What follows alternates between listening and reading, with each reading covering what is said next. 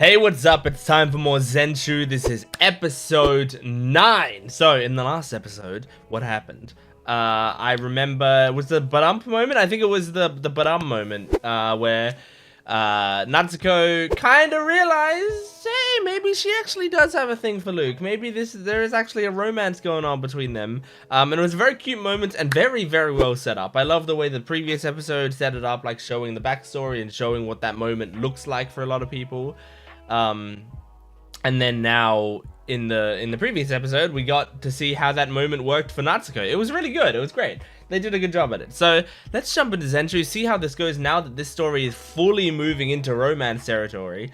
Let's see how Natsuko reacts to this, how they handle it. Are they going to get together, or is Natsuko going to not realize what it is? She's going to dance around it. Is Luke not going to be as interested anymore now that Natsuko's interested? Who knows? So let's jump into it. Make sure to support the video if you can, liking the video, commenting down below, and subscribing to the channel. And go to my Patreon account if you want the full-length reaction, early access, and exclusive videos for both this channel and my Jent Watches One Piece channel. Let's jump into this. This is ZENSHU episode 9. And save the soul futures. Why are we getting Luke's backstory right now? And fought, and we lost, and lost. God damn. Soul future. Well, Luke, it's up to you. Oh my gosh, look at this guy's design. Damn, man, he just burned up. After friend. Oh. No, don't speak! Save your strength! Aww. Look, the 9 soldiers! It's Luke breathing! He's a bit traumatized right now. So much for a legendary Aww. hero. What's the point? I don't even know what I'm fighting for. Oh wow, good voice acting. Really, I mean, he's always been good. But... Fine, but let me go scout it out first. Wait. What's that? Ah, right, this is where they found A her. clump of hair appeared. Hirose. Should I know of you? So, oh, this is supposed to be like the first love episode, but it's from Luke's perspective this time. I see what they're doing. So are they going to show his Badum moment? Babum moment? I can't remember. His heart racing moment.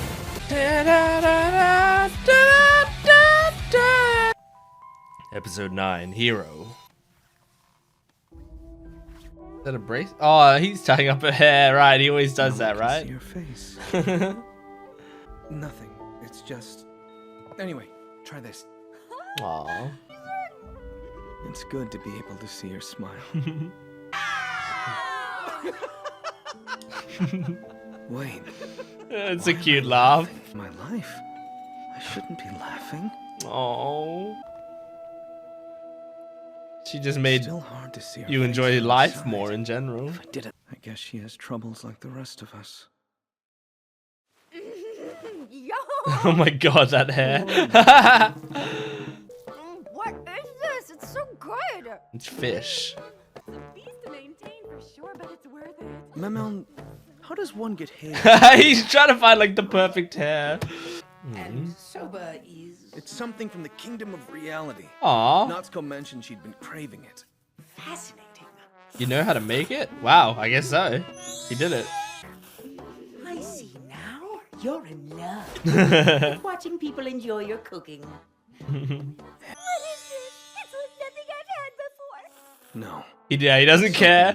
He doesn't care as much when Yunio likes it. Whatever it is I'm feeling. Specifically Natsuko. No, it's her fault. Yeah, It's when I'm not sure where she is.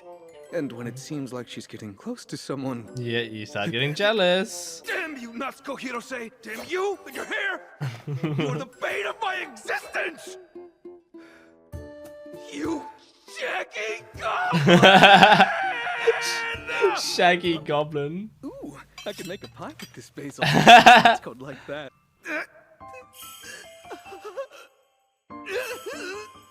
Oh, he was even blushing then.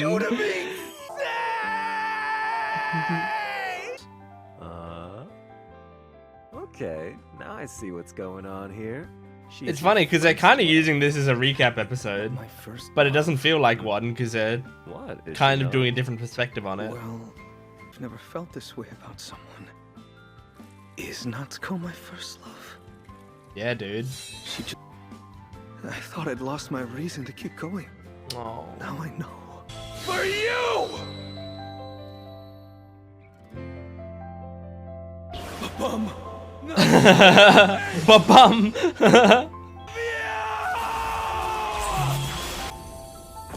So, was that actually his ba-bum moment where it's like that? He'd already said I love you, but he just like realized it fully then that it's real. From now until the end. Oh my gosh. Braveheart loves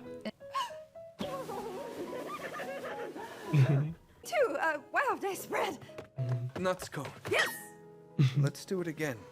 Just us. Such sweet summer children in the fields of youth. You girls sign me up. You never told me about a party. That bird is so creepy. Renege on your promise. That is so not true. But just being like, I only protect Luke's you. gonna be hurt. Miss Natsuko, pardon the intrusion, but you really should eat something. Aw, that's I'll nice. set this over here for when you're ready. When she said Luke's demise, what did she mean? Yeah. So if there were a storm on the horizon, well, I think I'd be just the person to talk to. Aw, that's No matter the nice. burden. This world is a movie. Oh, here we go. It's a movie. Luke takes it hard, but then meets Destiny, and his heart starts to heal. And then Destiny But dies, Destiny right? gets engaged. Then Luke unknowingly kills Memeln when she attacks Oh, the that's town right. disguised as Okay. the ultimate void. Yeah, Jesus. Keep going. I'll catch up soon. He still wants to save the town. Man, that kill animation though is so good. Where it sucks him into the void. Oh, fuck! That's how she dies. That's right. She does it protecting a kid. Which makes sense because of the orphanage and stuff. She cares about kids a lot. And the woman he loves dies in his arms. Yeah, I mean, there's fucking not much left for him. What a sad movie. Tragedy after tragedy for him? This worthless thing. Oh, shit. From me. It's all your And he gets fault. mad at the soul future. Everything is your fault. And he breaks the soul future? Jesus, man. Jesus! Turns into the ultimate void, and then the world is destroyed. And that's the end of the movie? That's just how A Tale of Perishing ends. I mean, no wonder it didn't get very good No matter how we reviews. feel. It's set in stone. That's a fucked up Doctor ending. said. And it feels like it doesn't have much of a point to it. Then surely you can change an ending. You think so? I do indeed. It's hard to know. Calculating the idea of a happy ending. Beepity boop. Peepity boop! 100%. Aw. You did it. I did. I'm sure things will be all right. Okay, I didn't care about QJ before, but Thank you. he's QJ. cute. I'm curious. What happens to me? Good You're question. Fine, mostly. Oh. You're the only. And what is it that I make? Make it to the end, which is we beat that one already. Okay. What the fuck? What's up? This one is stronger. Look out! Shit, man. Are things gonna just keep repeating until You good? they beat us? Reload! They look like Natsuko's drawings. Oh no. No way. I'll take care of the two Yeah, they're boys at the repurposing front first. Natsuko's drawings against her. Memeln, Roger. QJ, back them up until Natsuko's mad. It's gonna be a problem when we face You the can count on stairs. me. Natsuko. Are you alright? Then Or the let's go. boy band What's guy. going on? God damn, they seem strong.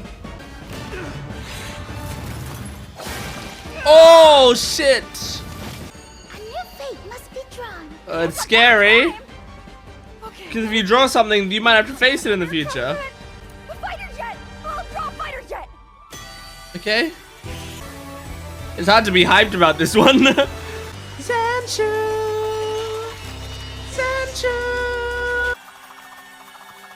Oh, the music didn't get hyped this time. Something that only It got pretty serious.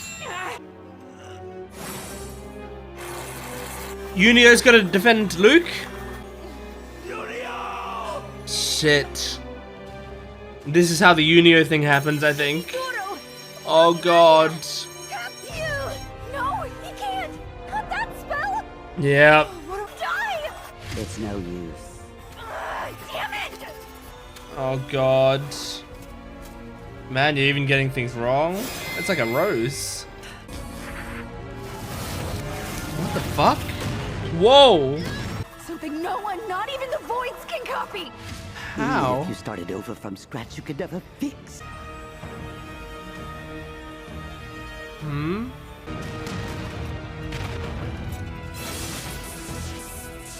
Okay, you got one. Oh, what's wrong, Natsuko? Oh my god! My desk. Shit! Miss Natsuko. Oh, is QJ gonna sacrifice himself? What? As Luke says, you are impossible. What, really? In the episode, you finally got me to like this character?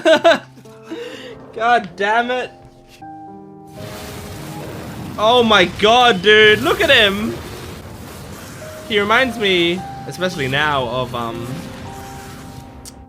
Fresh Cut Grass from Critical Role Campaign 3. Oh my god. Oh my god! Man, that's a cool way to go out though. It's all because of me. It's all my fault. God damn, this is a sad story. Jeez, man, they're writing a depressing story here. Like, this, this series is, like, continuously not quite what I thought it was gonna do, like, constantly. Like, it always, like, makes sense as the next step for how the story is developing, but it's so much sadder. Everything's so much sadder than I expected. But I mean, really good episode. It's interesting because, yeah, as I said, they were kind of able to make this function a little bit as a recap episode, but it wasn't a recap episode. It was seeing all of this stuff from Luke's perspective to see sort of like how, like, what his backstory is and how he fell in love. And then we kind of hear Natsuko telling the story of how the movie went properly, which we already knew most of that stuff, but we get to see it properly in sequence, the full scenes this time, which helps to get the story in order, because that's really important, I think, to know what happens next. So yeah, it seems like Yunio dies, then he falls in love with Destiny, then Destiny gets engaged, and then he kills Memon, and then he and Destiny go on the run, and then Destiny dies in his arms. So he loses everyone. But so the movie ends with him destroying the Soul Future, being really depressed, turning into the Ultimate Void, and destroying the world. And that's the end of that movie? Like, a lot of the time I've been watching this show and I've been like, I've seen, you know, they sometimes were like, oh, this movie isn't very popular and it wasn't very well reviewed or whatever. And, you know, there's been things here and there where they've been like, oh, this is like one of the things, like, oh, this is kind of a shallow characterization. This is one of the reasons the movie wasn't doing well or whatever. I think, honestly, that's not a good ending. Because, like, it feels like that's the sort of ending that, you know, that a person writes to be like, oh, this is how it, you know, this is realistically how it is, and not every story can have a happy ending and stuff. But it's like, what's the point of this? Why did I watch this story? Just I watched a story about a guy being beaten down over and over again, being depressed, and then at the end he kills himself and everyone else. Like, that's not a very that's not a story. That's a sequence of events for a tragedy, sure, but it's not really a story. And so, like, I feel like, because I've said before, I think the default story ending should be a happy ending. That doesn't mean every story should have a happy ending. That doesn't mean that the happy endings are the best endings always, necessarily. My favorite endings of all time tend to be bittersweet endings, but I don't want every series to have a bittersweet ending either. I think that those series have got to really earn it, and it's got to feel right for the story. And so, like, a lot of the time, it's like, what is going to be right for your story, and what is genuinely going to satisfy the audience. Like, not make the audience happy necessarily, but they walk out and they go like, that's the perfect ending for that movie. That just works so nicely for that movie, you know? And you can do endings for different reasons. Like, right, Avengers Infinity War has a sad ending, like a really sad ending, for a very good purpose. And, like, it works for the audience because the audience then is excited for the next installment of it because they need to see how you come back from what they just did, right? And so, like, Infinity War has a very sad ending so that Endgame can have a happier one. Still not necessarily a happy ending. Again, that's also bittersweet, but it's a happier ending. It works out well. And, you know, I would say stuff like Whiplash and La La Land, both by Damien Chazelle, are incredible movies that both have bittersweet endings that work so perfectly. So, like, the Whiplash ending is one of my favorite endings of all time. La La Land's absolutely incredible. And yeah, they work really well as bittersweet endings. But so many movies out there and TV shows and everything have just straight up happy endings. And I'm like, I feel like, yeah, this feels like this is right for this series. I would say genuinely, like, Breaking Bad has a pretty happy ending. I know it feels weird to say that, but the actual, like, resolution of a lot of those storylines is genuinely, like, kind of the happiest it could be for that show. And I really appreciate that. I think Better Call Saul also has a pretty... I mean, that's kind of a bittersweet ending, I would say. I think that's a bittersweet ending, but it feels happy, all things considered, based on how the series went. You know, like, the series, when it's so depressing for a lot of the time, for it to be able to end on a higher note feels really good. And I think Better Call Saul and Breaking Bad are some of my favorite endings out there. So, like, you know, there's a lot of ways that you could do endings. But when you do something like the thing that this movie seems to have done, it's like, it feels like, well, why did I watch this? Like, I spend the movie rooting for this thing to work, and then it doesn't work. That's it. That's the movie? Really? Like, it just feels like you're just telling me a story. It's the equivalent of, like, a scary story around a campfire, where it's like, this story doesn't need to make sense. It's only to make you go, huh! You know? Like, in the same way, this sort of story is like, oh, this story doesn't need to, like, do anything interesting. All it needs to do is make you sad. All it needs to do is make you cry. If it can do that, then it succeeded. And I don't think that's a great way to write a story. So I can kind of see why this movie in universe is not that popular, because I feel like people would have walked out and been like, why did I watch that? You know? But I can also see why someone like Natsuko would be drawn to it, because it does interesting things with the art form. It has, like, cool character designs. It has, like, pretty memorable characters overall. So, like, I can see why someone like Natsuko, who probably doesn't care as much about the ending of it as she does the production of it, that's something that she would be more drawn to. And also, it feels like the sort of movie that, like, it's not going to work as well with greater audiences, but it will work for artists in that, like, they'll watch it and they'll go, oh, I really appreciated the way that this was handled. It's not the way that you would normally handle it in art. Because sometimes there's that thing as well, where, like, you'll have comedians who are good for the greater audience, right? You know, like, I would say, you know, John Mulaney is a comedian that, like, a regular audience will often take to, and he works very well for a regular audience. Nate Bazat, Bazatse or whatever his name is. But then you have comedians that are like comedians, where it's like the people who find them the funniest are the people who are already comedians. And that's people like Norm Macdonald, you know, where it's like he is a comedian that because of the way like he structures jokes, it's like the way that no other person can really pull off structuring jokes like that. He really works for comedians because they are conditioned to expect a certain thing and they're waiting for that certain thing to happen, and then something else happens. And that's what Norm Macdonald was amazing for. Now, obviously, he's also very well loved by the you know, a greater audience, especially post-death. R.I.P. to Norm Macdonald. He was an amazing comedian. But